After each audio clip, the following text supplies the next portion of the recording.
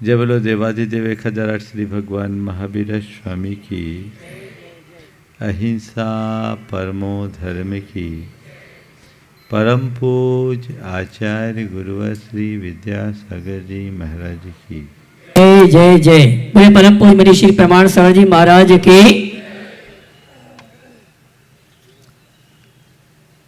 अभी आप सब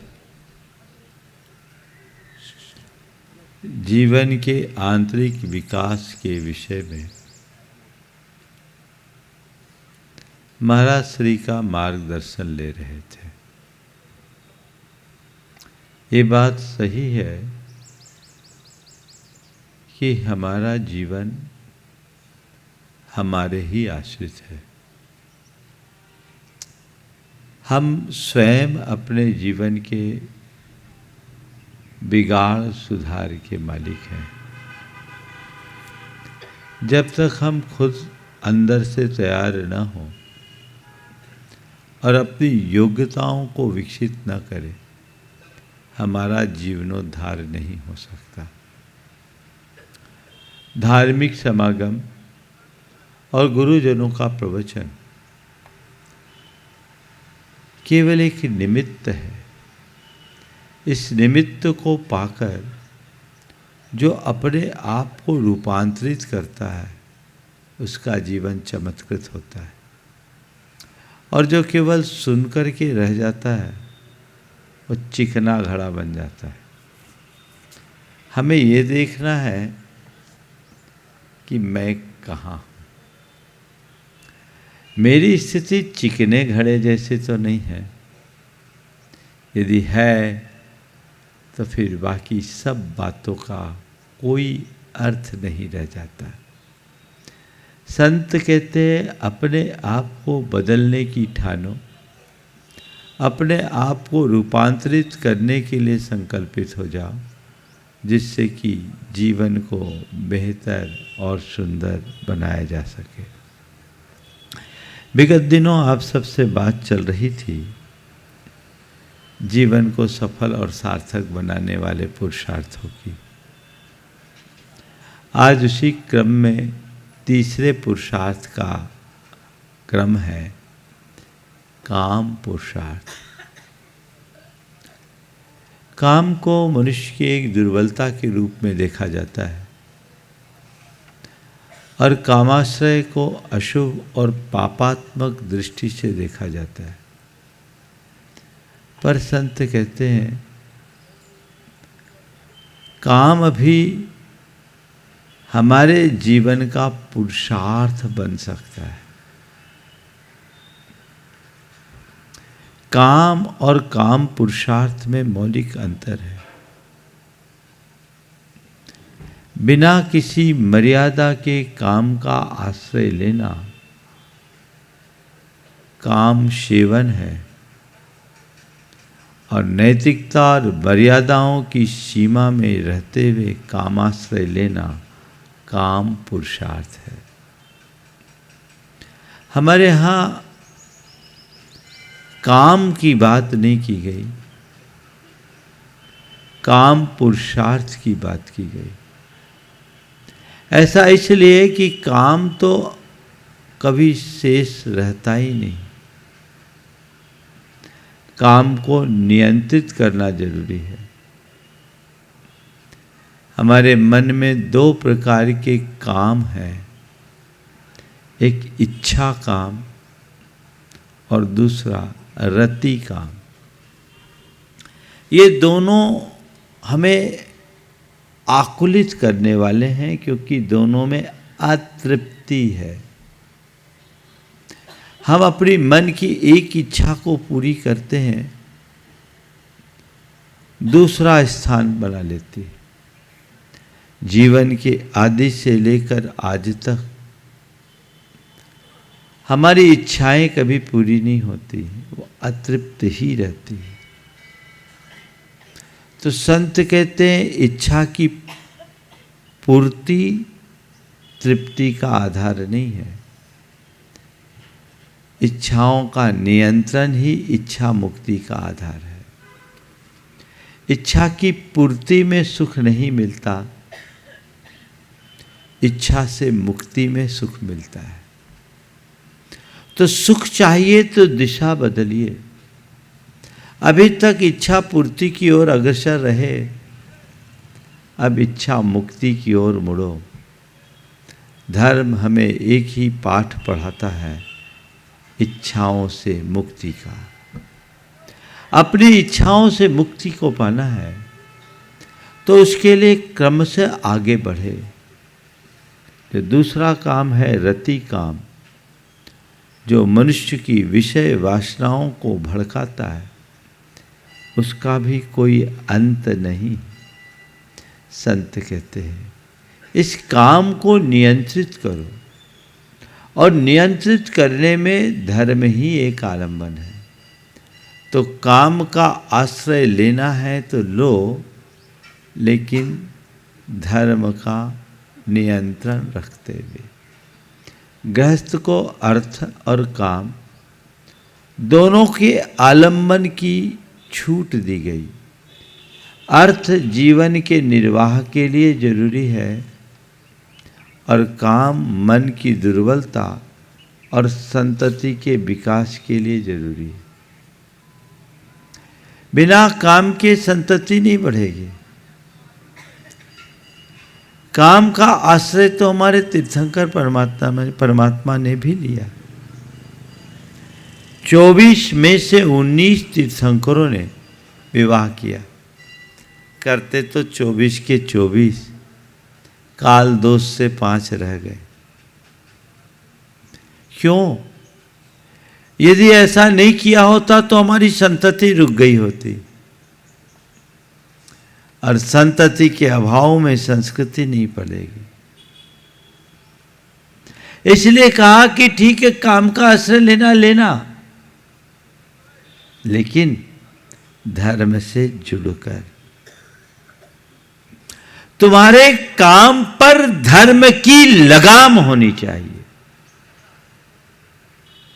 वो अंकुश है तो जीवन सधा हुआ है, सुरक्षित है, और वो अंकुश मिट गया तो सब कुछ नष्ट भ्रष्ट है। तुम मनुष्य हो तो तुम्हें अपने जीवन की मर्यादाओं का ख्याल रखना है।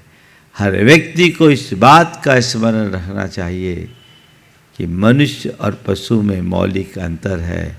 पशु स्वच्छंद जीवन जी सकता है, मनुष्य को तो अपनी मर्यादाओं के बीच ही रहना चाहिए, और इन मर्यादाओं के बीच रहना ही उसका धर्म है। तो धर्म का आलंबन लेकर के आप काम का आश्रय ले, और उसके लिए एक व्यवस्था बनाई गई, वो है विवाह की। क्या व्यवस्था बनाई गई? विवाह की। यहाँ जितने लोग बैठे हैं ज़्यादातर विवाहित है, जो नहीं है वे भी अपनी जुगाड़ में, हम लोगों को छोड़ के, है ना। पर आपको पता है, आपने विवाह तो किया, क्यों किया? बोलो। कई ऐसे लोग भी इस सभा में जिनके विवाह के 50-55 पार हो गए। पर आपसे पूछता हूं कि आपने विवाह किया, क्यों किया? कोई उत्तर दे पाएंगे आप में से? हाँ, माँ बाप ने कर दिया। किया माँ बाप ने, पर पसंद तो खुद नहीं किया होगा। अब पुराने लोगों के लिए कहते तो वो भी माँ बाप ने कर दिया, है ना। ये बात बिल्कुल सही कही। हम लोगों के जीवन की ये सबसे बड़ी विडंबना है कि हम अपने जीवन का बहुभाग बिता देते, लेकिन जीवन के उद्देश्य से परिचित नहीं हो पाते। हमारे शास्त्रों में विवाह के 3 उद्देश्य बताए।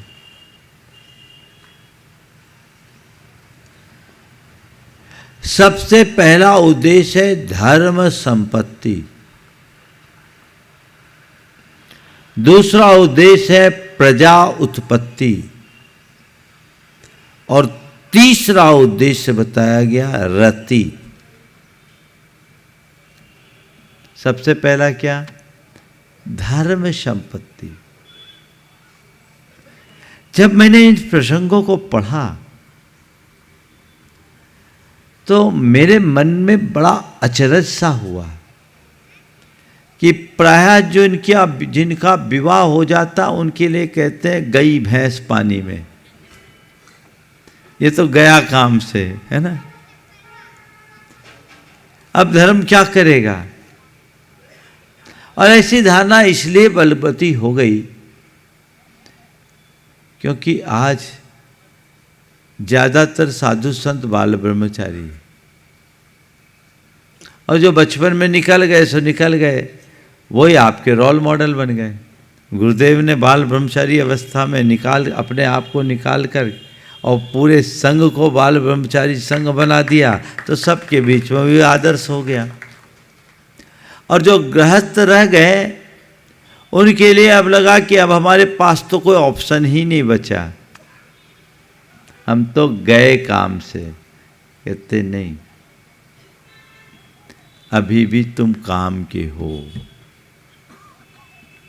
तुमने विवाह किया है तो विवाह का पहला उद्देश्य ही है धर्म संपत्ति। विवाह से धर्म संप्राप्ति कैसे होगी? बोलो, आप लोग विवाह करते हैं, हमारे देश में विवाह को क्या कहा जाता है?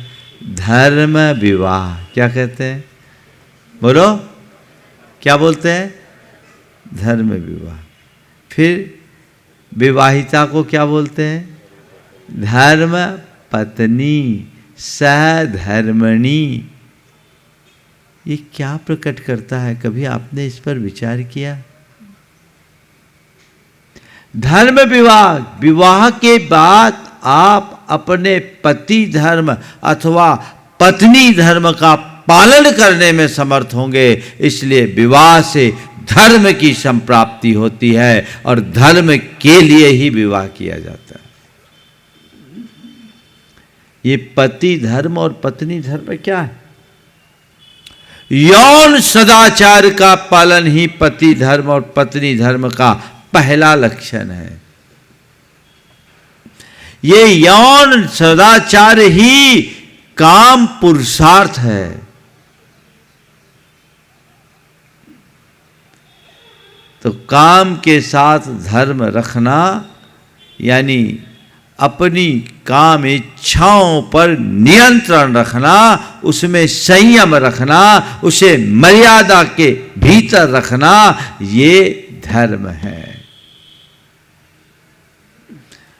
जो धर्म से नियंत्रित काम का आश्रय लेता है वो काम से निष्काम बन जाता है, और जिसके मन में कोई नियंत्रण नहीं होता वो कामांध बनकर अपने जीवन को तमाम कर देता है। संत कहते काम से निष्काम बनो। पहला उद्देश्य है धर्म संपत्ति विवाह का। आप विवाह के उपरांत ही विशिष्ट धार्मिक अनुष्ठानों में सहभागी बनेंगे। किसी पंचकल्याणक में किसी विधुर या कुंवारे को सौधर्मिंद बनने का मौका नहीं मिलता। कौन बनता है? बोलो, जिनकी जोड़ी हो। धार्मिक अनुष्ठानों में विशेष सहभागिता इसी आधार पर होती। तो इसे कहा गया ये धर्म संप्राप्ति धार्मिक क्रिया अनुष्ठानों तक ही नहीं बल्कि विवाह के बंधन में बंधकर मर्यादा में जीना ही पहला धर्म है। और फिर क्यों किया? प्रजा की उत्पत्ति के लिए, संतति के लिए। संतान नहीं होगी, संतति नहीं होगी, और संतति नहीं होगी तो संस्कृति भी नहीं होगी। ये जरूरी है। तो संतति के लिए विवाह। और तीसरा उद्देश्य है रति, जो एक आम गृहस्थ अपने मन की दुर्बलता को दूर न करने के कारण, कर न पाने के कारण रति का आश्रय लेता है। और रति के लिए काम है, पर संत कहते हैं काम काम में नहीं संयम में है। क्योंकि काम से काम की पूर्ति नहीं हो सकती। जैसे आग से आग को बुझाना असंभव है, वैसे ही काम से काम को पूर्ण करना असंभव है। इसे संयम के मार्ग से ही धीरे धीरे नियंत्रित किया जा सकता है। इसका ही नाम काम पुरुषार्थ है। कितनी मौलिक अवधारणा है। विवाह के बंधन में बंध करके संयम की मर्यादा में जीते हुए अपने जीवन को आगे बढ़ाने वाला पुरुषार्थ ही है। आजकल इन बातों की घोर उपेक्षा होने लगी। लोग इन्हें नजरअंदाज करने लगे। इनकी तरफ अब किसी की दृष्टि नहीं। अब विवाह के बंधन में बंधने वाले लोगों के भी संबंधों में पवित्रता नहीं है, और विवाह पूर्व और विवाहेतर संबंध भी अब आम होने लगे। और अब क्या कहें, अब तो विवाह को भी लोगों ने अप्रासंगिक समझना शुरू कर दिया। और लिव इन जैसा कंसेप्ट हमारे देश में भी फैलने लगा, और इनको कानूनी मान्यता भी मिल गई। काश हमारे कानून के रखवाले, कानून के व्याख्याकार हमारी मूल सांस्कृतिक अवधारणा को पहचानते, हमारी सांस्कृतिक परंपरा को पहचानते, तो शायद ऐसी सम्मति नहीं दे पाते। इसका परिणाम बहुत त्रासदायी होने वाला है। धीरे धीरे जब ये चीज़ें उभर करके आएगी तो हमारा मानव समाज तहस नहस हो जाएगा। कहने को हम एक सभ्य मनुष्य के रूप में कहलाएंगे, पर पूरी मानव समाज में पशुता हावी हो जाएगी। जब न घर रहेगा, न परिवार रहेगा, न कुटुंब रहेगा, न समाज रहेगा, न सामाजिक संहिताएं होगी, तो हमारा स्वरूप क्या होगा? इस पर गंभीरता से विचार करना चाहिए। संबंधों की पवित्रता का पाठ हमें प्रारंभ से पढ़ना चाहिए और पढ़ाने का प्रयास करना चाहिए। काम से निष्काम होने की यात्रा, यही काम पुरुषार्थ का मूलभूत ध्येय है, जिसे हमें बहुत प्रमुखता और प्रबलता से अपनाना चाहिए और धीरे धीरे आगे बढ़ने का प्रयास करना चाहिए। आजकल जिस तरह की उच्छृंखलताएं बढ़ रही है, मर्यादाहीनता बढ़ रही है, ये बहुत चिंता का विषय है। इस पर हमें ध्यान रखना चाहिए। मैं 2 प्रसंग आज आप सबके सामने रखना चाहूँगा। काम पुरुषार्थ क्या होता है और काम पुरुषार्थी व्यक्ति कैसे जीता है। एक प्रसंग है महाराजा छत्रसाल के जीवन का। महाराजा छत्रसाल रीवा के नरेश। एक दिन एक युवती उनके चरणों में आ गिरी और उनसे कही कि मैं आप जैसा रूपवान और प्रतापवान पुत्र चाहती। मैं आप जैसा रूपवान और प्रतापवान पुत्र चाहती हूं। महाराजा छत्रसाल ने कहा, भगवान आपकी इच्छा पूरी करे। उस युवती ने कहा कि ये आपके सहयोग के बिना नहीं हो सकता। उन्होंने पूछा, इसमें भला मैं क्या सहयोग दे सकता हूं? तो उस स्त्री ने कहा, एक स्त्री किसी पुरुष के सहयोग के बिना कोई स्त्री किसी संतान को जन्म कैसे दे सकती। उसने अपनी सारी लज्जा, मर्यादा और संकोच को त्यागते हुए कहा,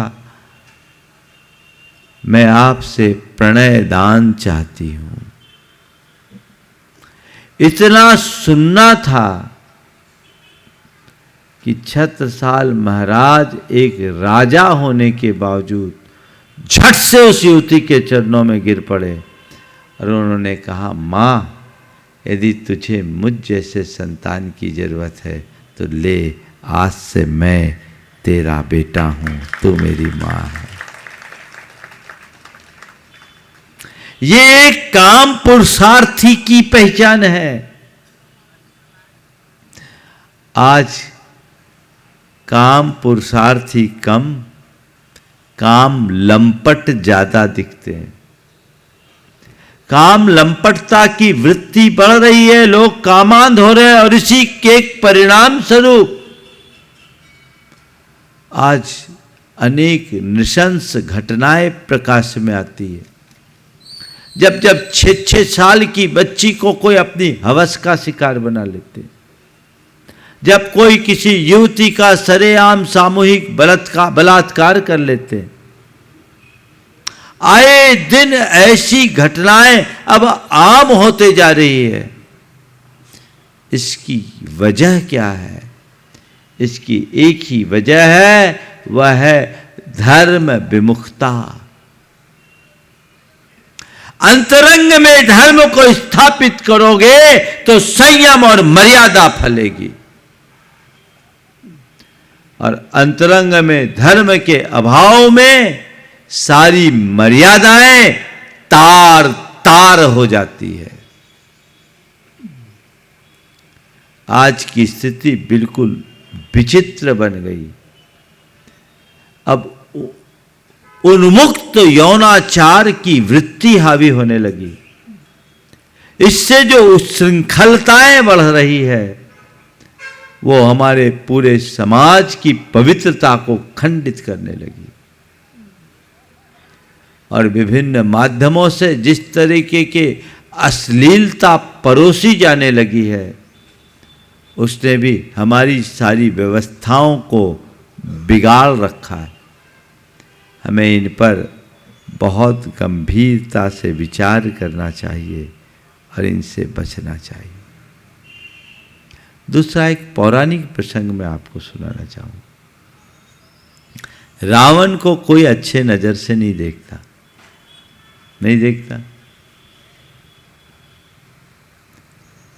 रावण का जीवन कलंकित हुआ।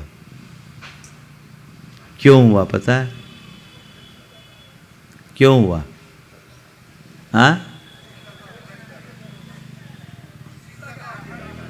सीता का अपहरण किया। कहते वो सीता पे आसक्त होकर उसका अपहरण किया, इसलिए रावण कलंकित हुआ। लेकिन नहीं, रावण ने सीता का हरण किया, पर वो कामांध नहीं बना, वो मानांध था। कामांध होता तो अपनी दरिंदगी दिखा देता। सीता के साथ उसने बलात्कार नहीं किया, हाथ भी नहीं लगाया, क्योंकि वो एक संकल्प में बंधा था कि जो स्त्री मुझे नहीं चाहेगी, मैं उसके साथ बलात्कार नहीं करूंगा। जैन पुराणों की ये कथा है। हरण करने के उपरांत भी उसने उसे किसी तरह से छेड़ा नहीं। सीता की पवित्रता बनी रही। लेकिन रावण जब लगा कि सीता मुझे स्वीकार नहीं कर रही है, मेरे काम की नहीं, अशोक वाटिका में छोड़ तो दिया, लेकिन उसे मुक्त करने का भाव नहीं जगाया, क्योंकि उसके मन में अभिमान था कि अगर मैं सीता को लौटा दूंगा तो लोग क्या कहेंगे, बड़ा विद्याधर बना फिरता था, जमीन पर चलने वाले 2 लड़कों से हार गया। ये जो अभिमान था ना, उसने उसका पतन करा दिया। उसने कहा मैं सीता को लौटाऊंगा, पर युद्ध के बाद। रावण के जीवन का जो दूसरा पक्ष है वो मैं आज आप सबको बताना चाहता हूं। पद्म पुराण में एक कथा आती है कि नल कुबर नाम का एक राजा था। उसकी रानी थी उपरंभा। नल कुबर बड़ा प्रतापी राजा था। उसने अपने किले को अभेद्य बना रखा था। चारों तरफ किलों में कुछ ऐसे संयंत्र स्थापित कर रखा था जो रडार सिस्टम का काम करता, कोई भी विमान आए उसे खींच लेता। वो अजेय था, उसका किला अपराजेय था। रावण उस पर विजय पाना चाहता था क्योंकि वो दिग्विजय में निकला, पर उसके किले में घुस पाना रावण के लिए असंभव सा था। बहुत हाई टेक्नोलॉजी थी उस समय की। इधर रावण नल कुबर की पत्नी उपरंभा रावण के गुणों में आसक्त हो गई। उसे पता चला कि रावण अपने पूरी सेना के साथ किले के बाहर पड़ाव डाले हुए है, तो वो और अधिक उतावली हो गई। वो पूरी तरह कामांध हो गई। उसका खाना पीना सब कुछ छूट गया।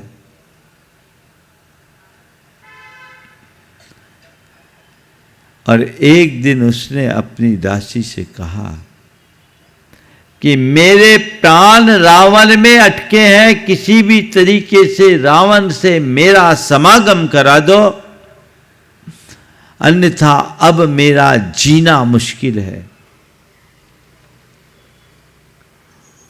उसकी दासी ने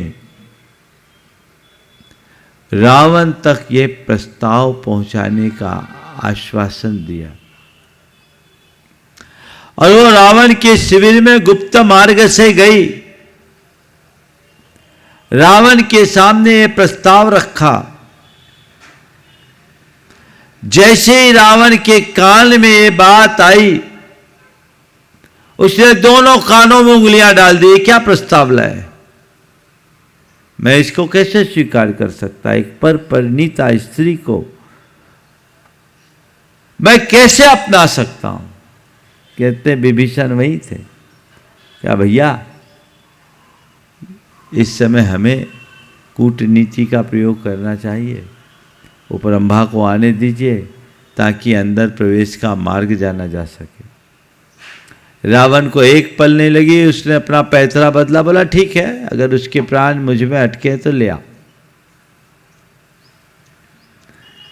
अब उपरंभा तो बावली हो रखी थी।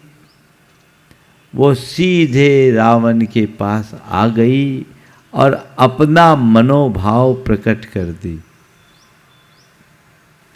रावण ने कहा ठीक, तुम्हारे मनोभावों को मैं पूरा करूंगा, पर ये कहाँ, जंगल के शिविर में कहाँ, टेंट के नीचे कहाँ? ये तो राजमहलों में ही अच्छा लगेगा। और राजमहलों में तब अच्छा लगेगा तुम्हें मैं निष्कंटक साथ तब दे पाऊंगा जब मैं नल कुबर पर विजय पाकर उसे बंदी बनाऊंगा और इस राज्य का अधिपति बनूंगा।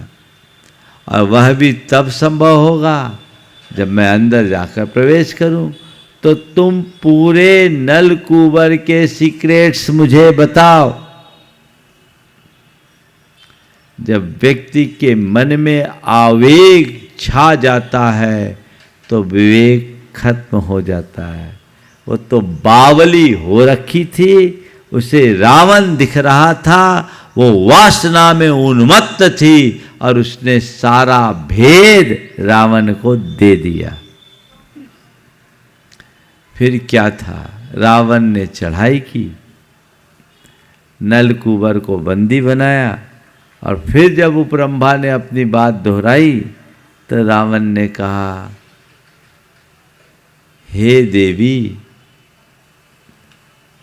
आपकी इच्छा की पूर्ति मैं अब कैसे कर सकता हूँ, क्योंकि आपने मुझे रास्ता बताया, और जो रास्ता बताता है वो तो गुरु का स्थान पा लेता है, गुरु तो पूज्य होता है।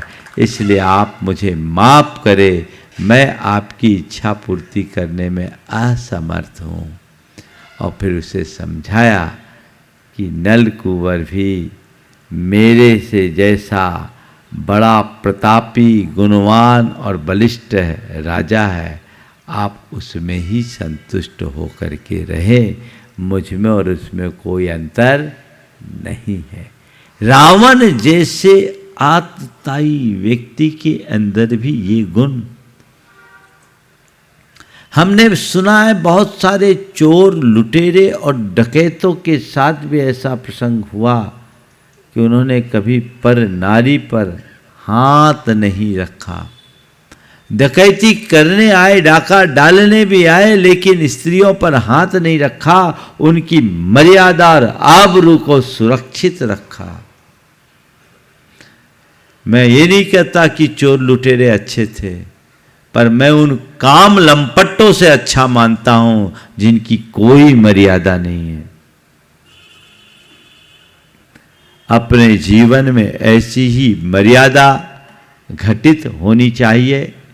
जीवन को बेहतर बनाने का यही एक रास्ता है। तो जो उद्देश्य है, उस उद्देश्य से भरकर आप धर्म से नियंत्रित काम का आश्रय लीजिए, जिसमें मर्यादा हो और संयम हो। अनासक्ति के साथ जिए। हम काम हमारा लक्ष्य नहीं होना चाहिए, राम को अपना ध्येय बना करके चलना चाहिए, ताकि निष्काम होकर हम परम धाम तक पहुंच सके। ये दृष्टि जब अंतरंग में विकसित होगी तो हम सबका जीवन धन्य हो सकेगा। तो ये पुरुषार्थों की बात है, हमें इसे गंभीरता से अपनाना चाहिए, खुद के जीवन में भी और औरों के लिए भी प्रेरणा बनना चाहिए। आज किसी भी उम्र में और कोई भी अवस्था में इस तरह की विकृतियां देखने को मिलने लगी है, ये कतई उचित नहीं है। हमें इस पर पुनः गंभीरता से विचार करते हुए धर्म नियंत्रित अर्थ और काम का आश्रय लेना चाहिए। आज यहीं पर विराम लूँगा। आज बोलिए परम पूज्य आचार्य गुरुवर श्री विद्यासागर जी महाराज की